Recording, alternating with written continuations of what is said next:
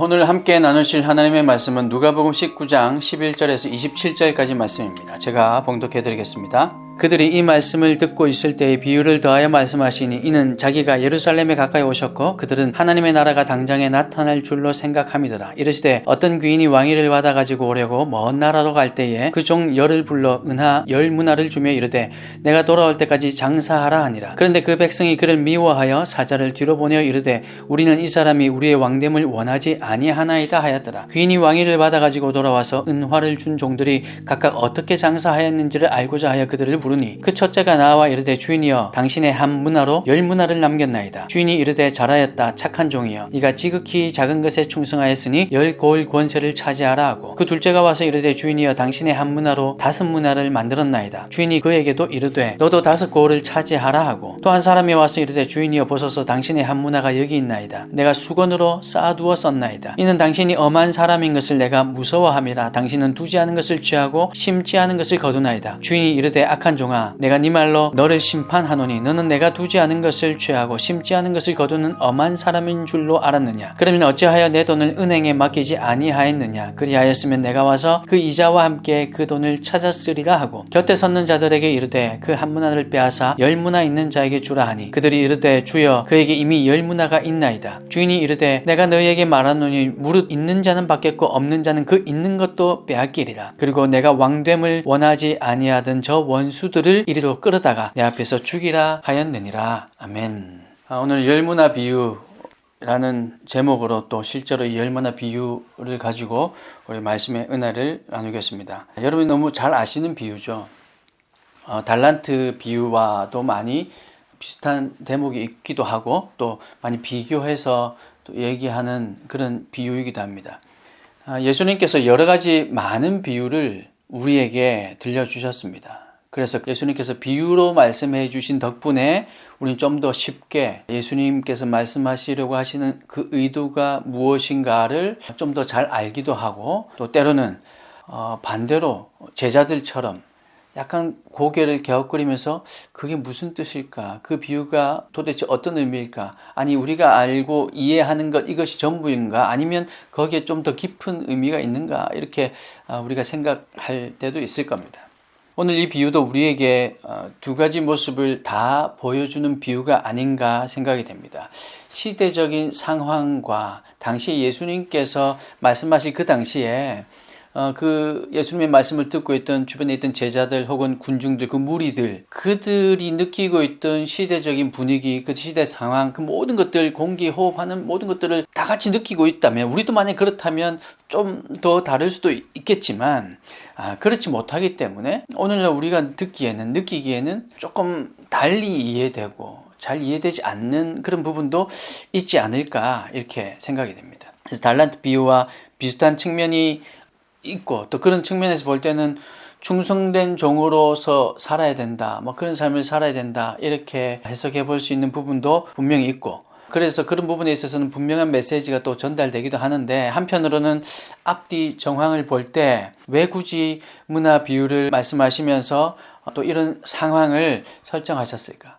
그 앞뒤에 보면은 한 귀인이 그 왕의 권세를 얻기 위해서 멀리 떠나가는 또 그 이후에 돌아와서도 또 자기를 따르지 않는 백성들을 또 잡아서 죽이라고 하는 하여튼 이런 상황 설정들 왜 굳이 이렇게 하셨을까? 달란트 비유처럼 그 문화 비유 그렇게만 말씀하시면 되지 않았을까? 또 이런 생각을 하기도 합니다. 분명히 예수님께서 이렇게 말씀하시는 데는 이유가 있겠죠. 사실은 한 몇 주 전에 제가 성경을 이렇게 평소에 늘 읽는 상황 속에서 이 누가복음 19장 읽는 차례가 돼서 읽었습니다. 쭉 읽고 있다가 이 문화 비유의 부분에 와서 읽고 있는데 문득 이런 생각이 들었어요. 사실은 지금 이 문화 비유에 대한 어떤 우리가 전통적으로 해석하고 우리가 지금 살펴보아야 할 그 부분보다는 당시에 제가 읽을 때 통독을 하며 읽었기 때문에 아주 깊이 생각을 하거나 묵상하거나 그러진 않았지만 통독을 하는 과정 중에서 그 와중에서도 언뜻 스쳐 지나가는 그런 생각들, 하나님께 주신 마음들이 있었습니다. 그래서 그 부분을 우리가 한번 나눴으면 좋겠다. 아주 짧은 부분이고 아주 뭐 심오한 부분은 아니지만 그러나 그 부분도 우리가 한번 생각해 보면 좋겠다라는 생각이 들었었거든요. 그래서 그 사도행전에 나오는 안디옥 교회를 통해서 우리가 오랜 동안 또 교회가 나가야 될 그런 방향들, 또 쉽게 말하면 교회론에 대해서 여러 가지 얘기들을 많이 살펴보았는데, 그리고 나서 갑자기 오늘 이 누가복음의 이 말씀, 조금 다른 내용이고 다른 맥락이긴 하지만은 이 말씀을 오늘 좀 나눴으면 좋겠다, 우리가 한번 생각해 볼 필요가 있지 않을까, 그런 생각이 들었었습니다. 그래서 좀 제가 서두에 말씀드린 것처럼 예수님의 이 비유, 때로는 너무 명확하게 잘 이해되는 비유도 있지만 때로는 왜 그랬을까 하는 그런 의문이 드는 비유도 있는데, 오늘 그런 측면에서 오늘 이 본문, 이 비유를 조금 살펴보려고 합니다. 요즘 보면요, 이 비유, 이 부분을 해석하기 전에 조금만 다른 얘기를 하면, 요즘 보면 관계에 있어서, 사람과 사람과의 관계에 있어서, 그것이 직장이건 때로는 가정에서도, 그리고 뭐 교회에서도 당연하고요. 우리가 속해 있는 여러 공동체에서 이 관계에 있어서의 문제가 우리를 힘들게 하는 그런 경우들을 많이 있습니다. 그래서 일이 힘들고 몸이 힘든 건 괜찮은데 관계가 힘든 것 때문에 내가 도저히 이 공동체에 더 이상 있지 못하겠다, 이렇게 생각할 때가 사실 너무나도 많이 있죠. 그래서 그런 측면에서 요즘 여러분 잘 아시는 유튜브나 뭐 이런 그 영상들을 많이 참조해 보면 관계 속에서의 어려움들을 해소할 수 있을 만한, 그런 도움이 될 만한 영상들도 아주 많이 있고, 그런 심리학적인 부분, 또 성격적인 부분, 또 우리의 여러 가지 정서적인 부분들을 그렇게 터치해주고 도움을 주는 그런 영상들도 많이 있더라고요. 그런 속에서 마침 제가 이 본문을 읽을 때 이 본문도 어떻게 보면 그런 측면에서, 관계적인 측면에서 살짝 우리가 생각해보고 적용해 볼 수 있지 않을까라는 생각이 들었습니다. 무슨 얘기냐면, 오늘 이 본문에 보면 어떤 귀인이 왕위를 받아 가지고 오기 위해서 먼 나라로 갔답니다. 그런데 그때에 그 종 10을 불러서 이제 출발하기 전에 그 종 10명에게 한 문화씩, 10문화를 가지고 한 문화씩을 동일하게 나눠줍니다. 달란트 비유와는 여기 좀 다른 부분이죠. 달란트 비유는 재능에 따라서 5달란트, 2달란트, 1달란트 이렇게 했는데, 여기는 그냥 똑같이 다 나눠줍니다. 그리고 그걸 가지고 뭘 하라고 하냐면 장사하라고 그렇게 얘기했죠. 그런데 14절에 보면, 그런데 그 백성이 그를 미워하여 사자를 뒤로 보내어 이르되 우리는 이 사람이 우리의 왕됨을 원하지 아니하나이다 하였더라, 이렇게 얘기합니다. 저는 이 부분이 좀 처음에 헷갈렸어요. 이게 뭘까? 지금 이렇게 예수님께서 비유로 말씀하시는 건데 뭐 실제 있는 일은 아니겠지만 이렇게 말씀하시는 이유가 뭘까? 당시에 실제로 헤롯 대왕이 죽고 나서 헤롯 대왕의 뒤를 이어야 할 그런 후계자가 세워지기 위해서는 그 헤롯의 아들 가운데 아켈레오라는 아들이 있었는데, 그가 실제로 로마에 가서 또 오늘 이 본문에 나오는 것처럼 왕위를 받아서 거기에서 그 인거, 쉽게 말하면 허가를 받아서 와야 되는 그런 일이 실제로 있었답니다. 그때도 마찬가지로 이 백성들이 이 아킬레오가 아주 폭군이었기 때문에 그가 이 땅을 통치하는 것은 바람직하지 않습니다라는 내용을 담은 50명 정도를 실제로 보냈대요. 그 뒤따라서. 그래서 그런 쉽게 말하면 정치를 한 거죠. 그런데 그 결과가 절반의 성공이었답니다. 왕위가 주어지진 않았지만 아무튼 그 지역을, 유대인들이 사는 이 지역을 다스릴 수 있는 권한은 얻어왔던 거죠.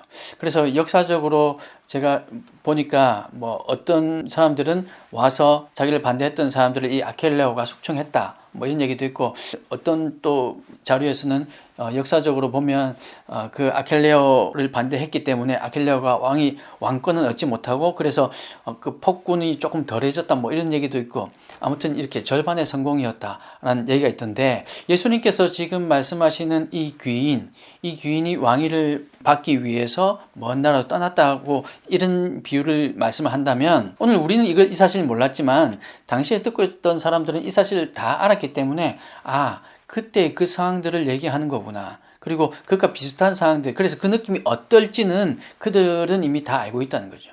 그래서 이 어떤 귀인이라는 것은 예수님 당신 자신을 의미하는 건데, 어떤 귀인이 왕위를 받기 위해서 먼 길로 떠날 때 그 반대하는 세력들, 그 반대하는 세력은 누구겠습니까? 유대인들이죠. 그리고 믿지 않는 사람들이죠. 예수님을 박해하는 그런 사람들이었죠. 그런 사람들이 예수님께서 왕됨을 원치 않는다라고 했던 그런 사항들이라는 겁니다.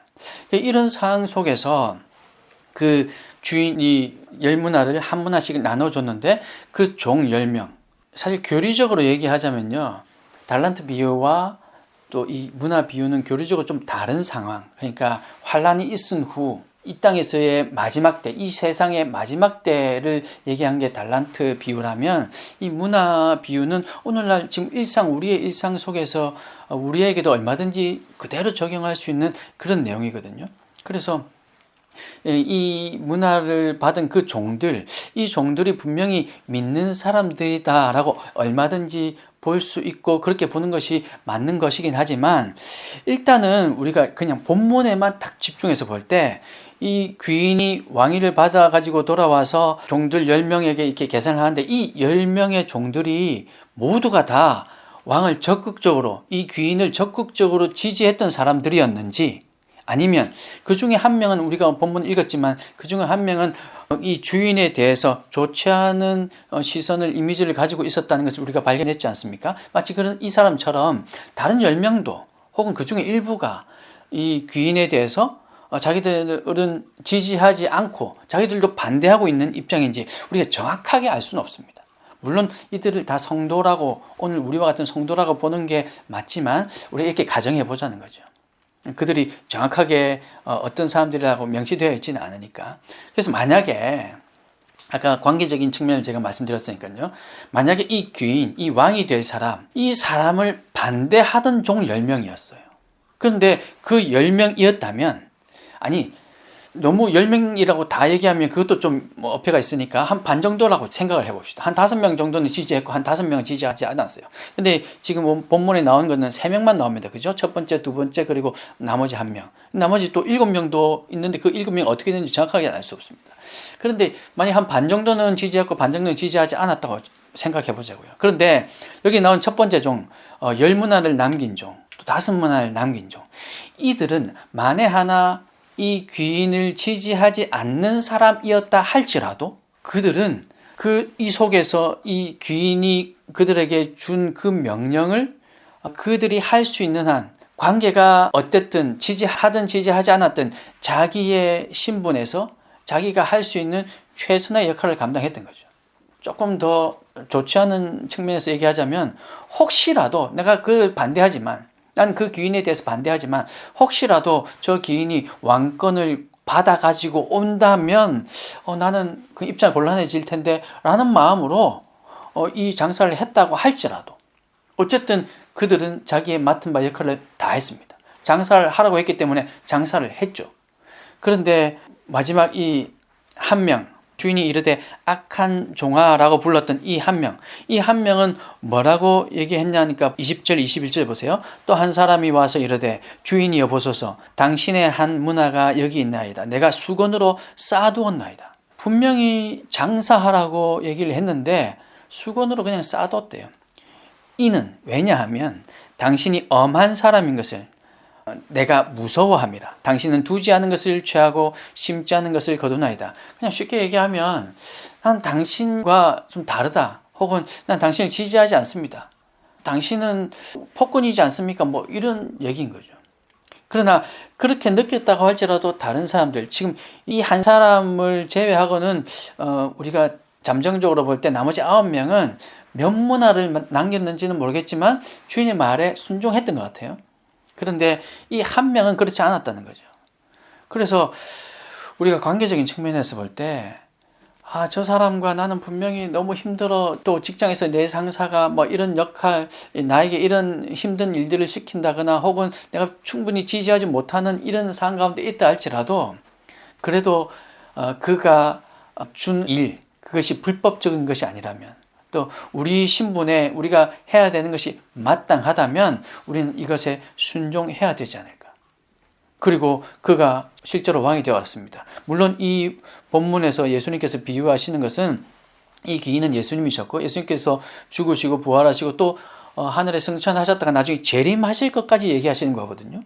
그렇게 재림하셔서 오셨을 때 뭐 이건 예수님이니까 이 귀인이 좋은 사람인가 나쁜 사람인가 우리가 분간하기 전에 이 귀인이 예수님이라는 사실을 분명히 알았다면 뭐 이런저런 얘기할 필요 없겠죠. 그래서 예수님께서 재림하시는 것으로 보자면 이건 뭐 더 이상 얘기할 거 없지만 그래도 혹시 이 귀인이 예수님이다라는 사실 우리는 너무나 잘 알지만 그걸 잠깐 접어두고 내가 반대하는 사람, 내가 지지하지 않는 어떤 사람이었다 할지라도 우리는 우리에게 주어진 일, 또 우리가 해야 되는 그 일에 순종한다면 우리는 착하고 충성된 종이라는 칭찬을 받게 될 것이라는 거죠. 우리 칭찬받는다는 게 중요한 것이 아니라 여기 이 속에서 우리의 관계를 그 관계 속에서 우리가 어떻게 해야 되는가를 말씀해 주고 있지 않은가.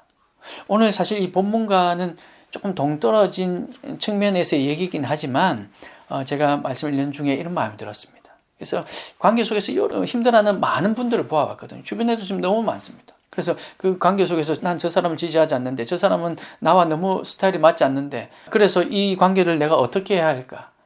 여기 이 고민에 쌓이는 사람들이 너무 많더라는 거죠. 그래서 그들을 바라볼 때 그런 우리의 입장에 있다면 우리는 이 한 명의 마지막 이 한 명 수군에 쌓아두었던 그 종이 아니라 다른 종들처럼 순종해서 장사하라고 했으니 장사하는 것이고 장사해서 어떤 사람은 10문화를 남겼고 어떤 사람은 5문화를 남겼는데 나머지 7명은 그 한 문화를 잃어버렸는지 아니면 2문화를 남겼는지 사실 알 수가 없어요. 하지만 그들은 지금 정황상으로 볼 때 순종했을 거라는 건 분명합니다. 그러니까 우리가 맡은 일에 충분히 순종하면서 우리가 맡은 일에 최선을 다해서 간다면 그러면 이 관계 속에서 하나님께서 우리에게 주시는 은혜 또 이 관계가 회복될 수 있는 보세요. 이 귀인이 돌아왔을 때 그가 만약 이 10명도 반대하는 사람들 중에 하나였다 할지라도 그 관계가 회복되는 일이 일어나고 있지 않느냐는 말이죠. 물론 어쩌면 약간 그게 억측이 아닐까 라고 생각해 볼 수도 있지만 우리가 다 다른 전제 조건들을 잠깐 내려두고 이렇게만 보자면 우리가 이 부분에서도 우리가 생각해 볼 필요가 있지 않을까라는 생각이 들었습니다. 사랑하는 여러분, 교회에 있어서 우리가 교회에서 신앙생활을 함에 있어서도 이런 관계들이 참 많이 있더라고요. 어떤 부서의 부서장 혹은 교회 장로님 또 권사님 또 때로는 목사님 이분들과의 관계 속에서 우리가 어떻게 우리의 행동을 우리의 처신을 해 나가야 할까 또 어디까지 순종하는 것이 맞을까 이런 고민들이 많이 있을 텐데 오늘 이 문화 비유 속에 나오는 이 충성한 종, 착하고 충성된 종이라고 일컬음 받는 그들이 충성하였기 때문에 그들에게는 10고을이 맡겨졌고 또 어떤 에게는 5고을이 맡겨지는 그런 권세가 그들에게 임했는데 우리가 우리에게 맡겨진 일을 최선을 다하며 그러며 또한 때로는 해야 될 말을 한다면 관계의 회복뿐만 아니라 하나님께서 우리에게 주시는 그런 권세들 하나님께서 우리에게 주시는 은혜들이 있을 것이라 생각이 됩니다. 그래서 우리 주변의 관계 속에서 또 신앙생활하는 관계 속에서도 우리가 생각해야 될 것은 무엇인가 우리에게 주어진 일 이것이 어떤 상황 속에서든 어떤 관계 속에서든 우리가 최선을 다해서 그것에 순종할 수 있다면 그러면 그 이후의 결과는 하나님께서 우리에게 은혜해 주시지 않을까 하나님께서 인도해 주시지 않을까 그런 생각이 듭니다. 오늘 본문의 말씀을 여러분 한 번 더 생각해 보면서 물론 저와 조금 생각이 다를 수 있겠지만 또 다른 측면에서 또 얼마든지 또 얘기할 수 있는 부분들이 있겠지만 중요한 것은 우리에게 맡겨진 것 이 10문화를 남긴 종, 5문화를 남긴 종들처럼 또 반대로 얘기하자면 그를 반대해서 나중에 보세요. 우리 27절 말씀 보면 내가 왕됨을 원하지 아니하던 저 원수들을 이리로 끌어다가 내 앞에서 죽이라. 이렇게 말씀. 우리는 그 사람들, 이 무리에 속해서는 되지 않을 것이 아니냐라는 것 우리가 충분히 생각해 봐야 할 것입니다. 주인이 이르되 26절에 주인이 이르되 내가 너희에게 말하노니 무릇 있는 자는 받겠고 없는 자는 그 있는 것도 빼앗기리라. 이게 있는 것이 무엇일까요? 있는 것은 우리의 믿음, 우리의 열정, 우리의 충성, 우리의 순종이겠죠. 그런데 그것이 있는 사람은 있는 이에게는 더 받겠고 그것이 없는 사람, 믿음이 없는 사람 또 순종, 열정 이런 것이 없는 사람은 그 있는 것마저도 빼앗길지도 모른다 라는 것을 우리가 기억하면서 모든 우리가 처해 있는 상황 속에서, 관계 속에서 우리가 죽게 하듯 늘 최선을 다하며 우리에게 맡겨주신 일에 순종할 수 있다면, 그러면 우리의 관계도 회복되며 또 하나님께서 우리를 높이 들어서 우리 착하고 충성된 종이라 그렇게 말씀해 주시지 않을까 생각이 됩니다. 오늘 말씀을 통해서 우리의 관계가, 또 여러분의 관계가 더욱더 회복되고 하나님 은혜로 충만해 주시기를 주님의 이름으로 축복합니다. 함께 기도하겠습니다.